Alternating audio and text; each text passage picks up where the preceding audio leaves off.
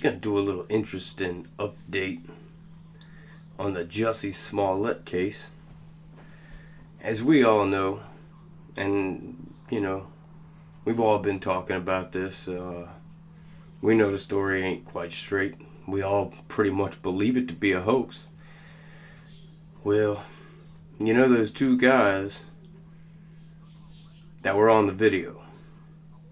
Jussie Smollett apparently ID'd those two men that were on that video and said, yeah, that's them guys they're the guys who attacked me. Now, I'm sure, as most know already, they were picked up by the police. And their names are Abel and Ola Usendario, or something like that. Yeah. The police said, due to new evidence as a result of today's interrogations, this was on Friday. Abel and Ola were released, said Anthony. I'm going to call him Anthony G because his last name looks like an eye chart. And I don't want to butcher the man's last name. The top spokesperson for the Chicago police. Detectives have additional investigative work to complete. So what they're saying there, pretty much, and these are guys that worked on the set with him at that show Empire. So that's big. That's a big revelation. When police arrested these guys and checked out their apartment, they found pieces of paper that had, it was like a list of things. And on that list was bleach, I want to say like ski mask, red hats. It's stuff that was all connected to the incident, which is kind of interesting. Let me go over here real quick. The two brothers are no longer considered suspects by investigators, whose full attention is now focused squarely on Smollett, according to well-established sources. The FBI. See, I'll just keep on reading this little article. I'm going to put a link in the description for this article. I want everyone to check it out because it's explosive. CWB Chicago has learned that federal investigators sat in as Chicago police interrogated the Usendario brothers for 2 days after the men were taken into custody at O'Hare Airport on Wednesday evening. The Usendarios flew in the airport minutes earlier, returning from a trip to Nigeria that began hours after Smollett being attacked. So they left right after the attack.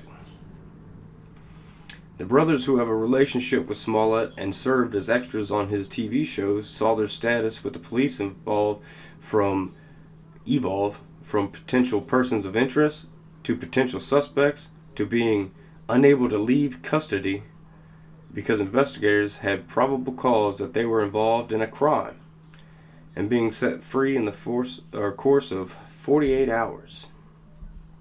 Meanwhile, now this is one of the biggest tells in this whole piece. Meanwhile, Smollett has lawyered up big time. Yeah.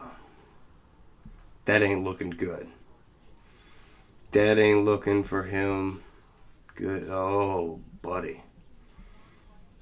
Oh, buddy. This guy has really... Jussie has started this type of stuff before this even happened. Because if you remember at the very beginning, he said he was being harassed through like emails and this, that, and the other. And then he got mailed a package that had white powder in it. That white powder turned out to be Tylenol. Crushed up Tylenol. He's been setting this up for a while. This is all a publicity stunt that's going to backfire so hard on this guy, he ain't going to know what hit him. I fear because he's super rich and famous that he's going to get off in a way that we wouldn't. Uh, but everyone, I don't know if y'all are familiar with the Good Morning America interview that he did last week, but she was pretty much asking, why would you be attacked? You know, why would you be singled out? And one of his quotes was, "I come really, really hard against 45," meaning the president. He said, "I come really, really hard against his administration. I don't hold my tongue." But I hate to tell you, as a guy who does support the president, well, I support just about every president, you know. I support him, at least. That's what you should do with the president of the United States. You got to support him somehow, even if you don't like them. They are the president. You got to wish the best for them because they're running our country. So, let me digress. This guy is off his rocker. A lot of people have sent me messages and everything saying this guy really needs help. Yes, he does. He needs vast mental help because he's off his rocker. Why would you?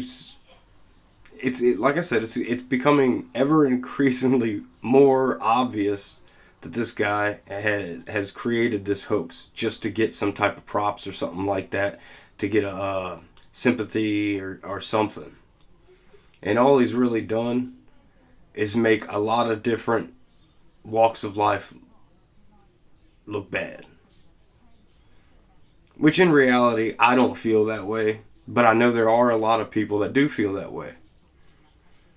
Like, just because he did this doesn't mean anyone else would have done this. This is ridiculous.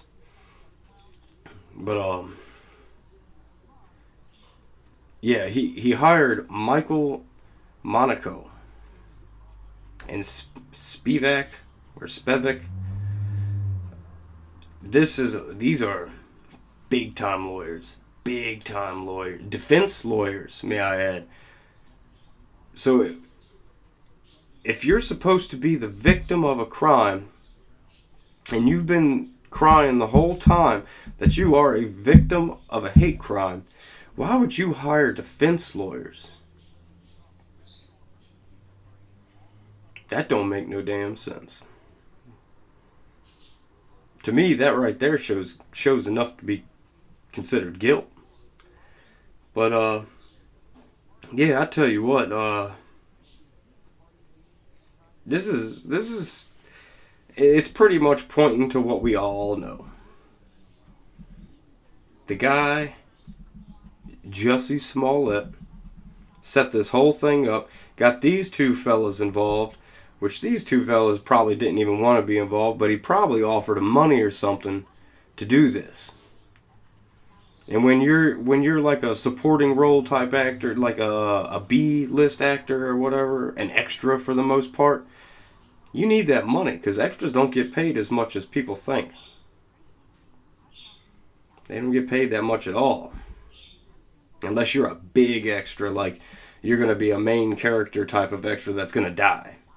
They get paid decent, but still not that great. And I do know some about that. I worked on a movie set before, not for the movie. I was doing traffic control for the city that I worked at. And yeah, I had to freaking work all the time because of that damn movie, and I'm glad it's over. But yeah, so I have a sneaking suspicion that because the feds are involved, JUSSIE SMOLLETT might be accused, or not accused, because at this point I don't think it's an accusation. He may be charged with a federal crime for this. I mean, we already have committing a false police report. Now you're getting into conspiracy and all this other stuff. Oh, Smollett, if they do it the way they do any normal person that's not famous and rich, he could be facing federal prison time because of this. And if I'm still just gonna speculate that maybe something did happen, I'm just gonna do that for reasons. You know, I don't want to sit there and call the guy a liar per se, but I think he is a liar, and I think we all do. But let's see what happens here, because it's becoming an investigation of Smollett himself now. The police are finally saying, all right, we've exhausted every other thing. These guys, those two brothers, I don't know if, yeah, they're brothers.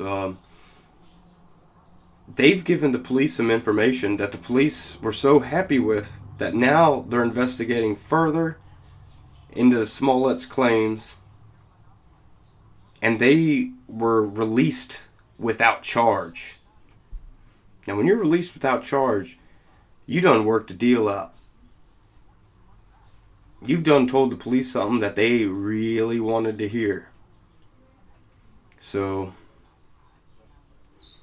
Smollett might be going down for this. He might be in a lot of trouble. More trouble than he ever thought. But I'm going to get off here because now I'm just going to start ranting. So, as always, like, share, subscribe. I'll check y'all on the flip side.